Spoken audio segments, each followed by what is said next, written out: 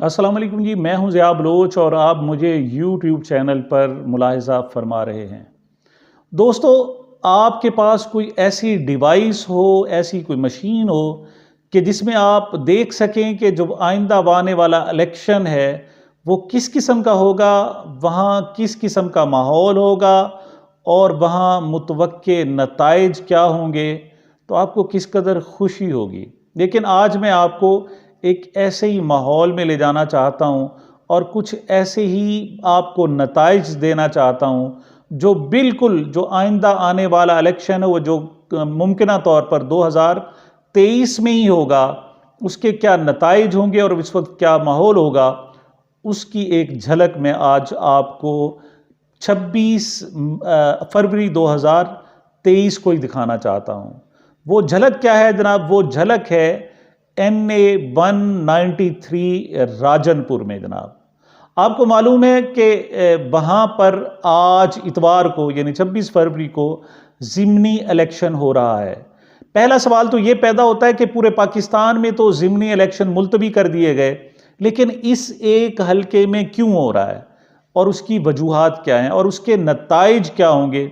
ये नताइज चंद घंटों बाद ही आपको इंशाल्लाह आज ही मिल जाएंगे या आज रात तक मिल जाएंगे, लेकिन मेरा ख्याल है कि ये नताइज एग्जैक्ट वही होंगे जो 2023 के जनरल इलेक्शन में हमें नज़र आने चाहिए।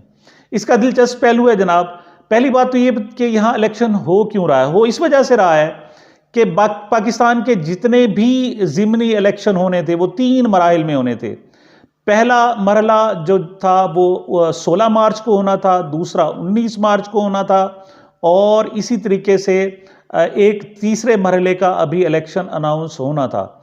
ये वो हलके थे जहां पर मुस्लिम लीग तहरीक इंसाफ ने कौमी असम्बली में इस्तीफे दिए थे। आपको मालूम है कि 100 तकरीबन 56 हलकों से तहरीक इंसाफ ने बाहर निकलने का फैसला किया था, जिसमें से 20 लोटे बन गए थे और तकरीबन 136 हलके ऐसे थे जहां से इस्तीफे देकर तहरीक इंसाफ कौमी असम्बली से बाहर हो गई थी। इस हवाले से 9 हलके मुंतखब किए गए थे और उन 9 हलके वो थे कि जहां पर PTI के जीतने का मार्जिन बहुत कम था और उसमें ज़िमनी इलेक्शन बाकायदा करा दिया गया था।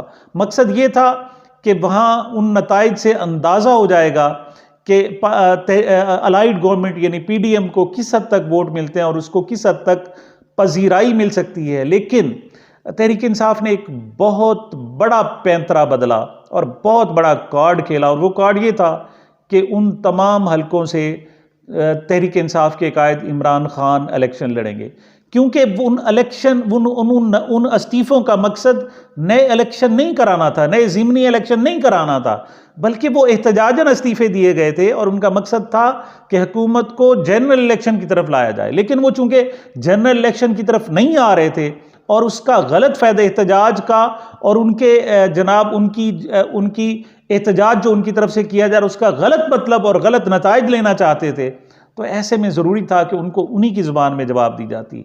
इमरान खान 9 हलकों से लड़े और 8 हलकों से वो जीत गए। ये एक रिकॉर्ड है।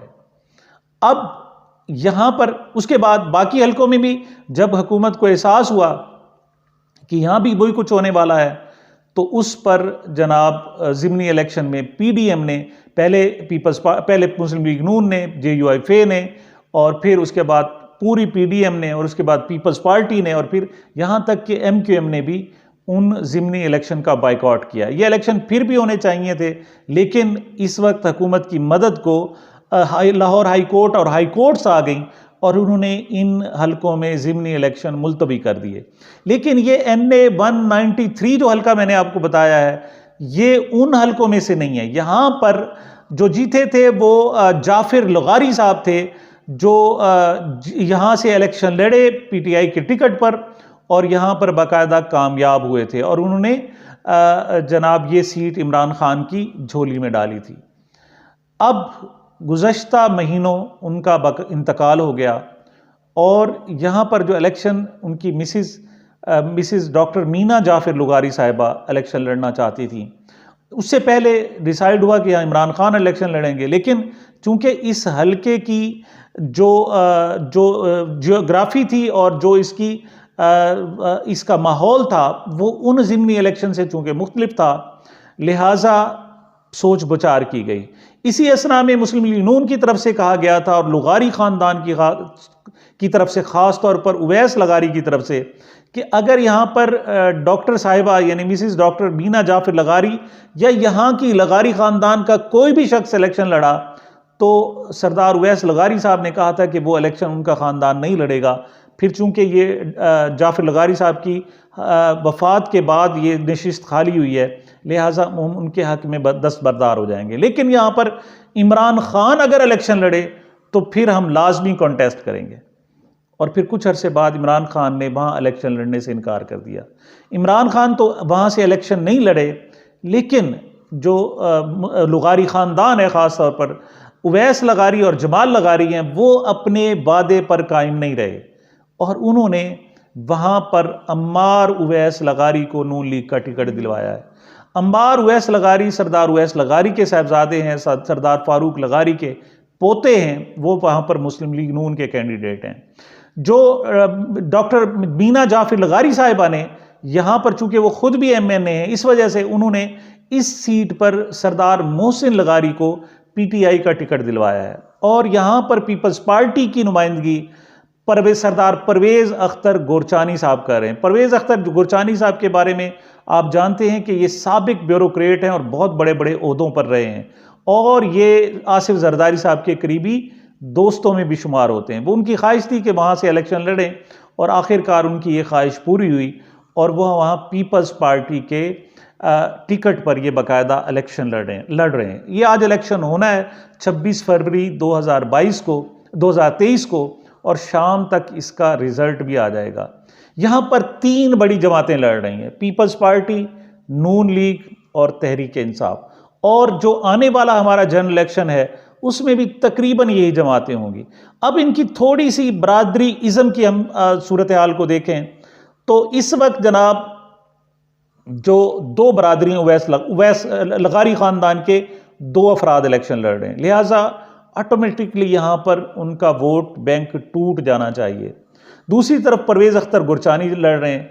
अगर PDM को देखा जाए और हुकूमती हलकों को देखा जाए तो ये चाहते थे कि इस फ्यूचर का जो इलेक्शन हो उसमें मुस्लिम लीग नून और पीपल्स पार्टी मिलकर इलेक्शन लड़ें, लेकिन जो एक सीट पर भी मुत्तफिक नहीं हो सकते, आप तसव्वुर कर सकते हैं कि वो आने वाले इलेक्शन में कैसे इकट्ठे होंगे और कैसे मुत्तफिक हो सकेंगे। वो साफ जाहिर है मुत्तफिक नहीं हो सकेंगे। लिहाजा ये भी हमारे आने वाले इलेक्शन की एक झलक है कि इनके, जैसे कहते हैं ना जी, जूतियों में दाल बटेगी और ये लोग उस वक्त भी आपस में दस्तो गरेबा ही रहेंगे।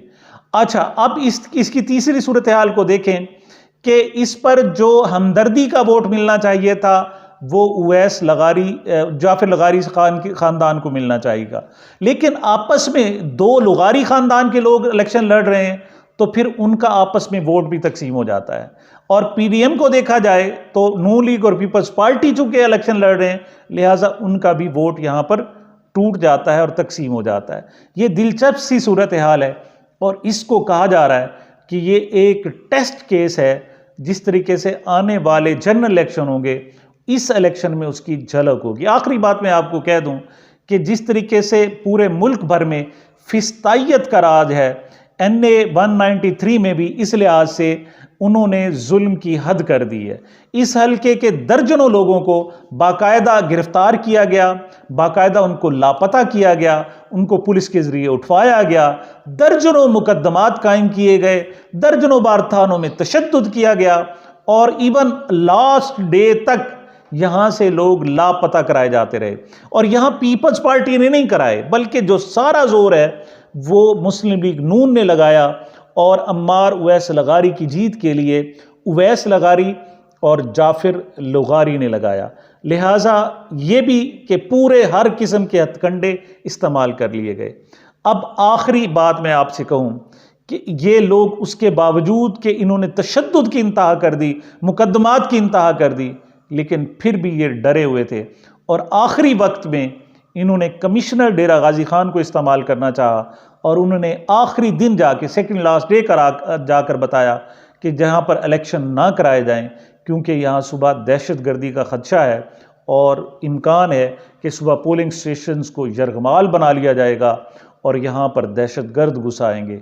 मतलब इससे आप अंदाज़ा कर सकते हैं कि मुस्लिम लीग नून को 1% भी यहाँ जीत का यकीन होता तो इलेक्शन मुलतवी करने की बात ना करते। लेकिन इलेक्शन कमीशन चूँकि पहले ही बहुत सारे मसाइल में घिरा हुआ है, उसकी रेपुटेशन इंतहाई ख़राब हो चुकी है, तो इलेक्शन कमीशन ने मुस्लिम लीग नून की यानी कमिश्नर डेरा गाजी खान की जो रिक्वेस्ट है वो दर हकीकत मुस्लिम लीग नून की रिक्वेस्ट है, वो कबूल नहीं की और आज इलेक्शन होने के लिए जा रहे हैं। आज देखते हैं कि क्या रिज़ल्ट होगा। मैं आपको बता रहा हूँ कि यहाँ से मुझे तहरीक इंसाफ की जीत वाज़े नज़र आ रही है। शाम को ही मिलते हैं और आज शाम को इस पर बात होगी। मुझे मेरे इस चैनल को अपनी मोहब्बतों और दुआओं में याद रखिएगा। मिलते हैं एक वक्फे के बाद।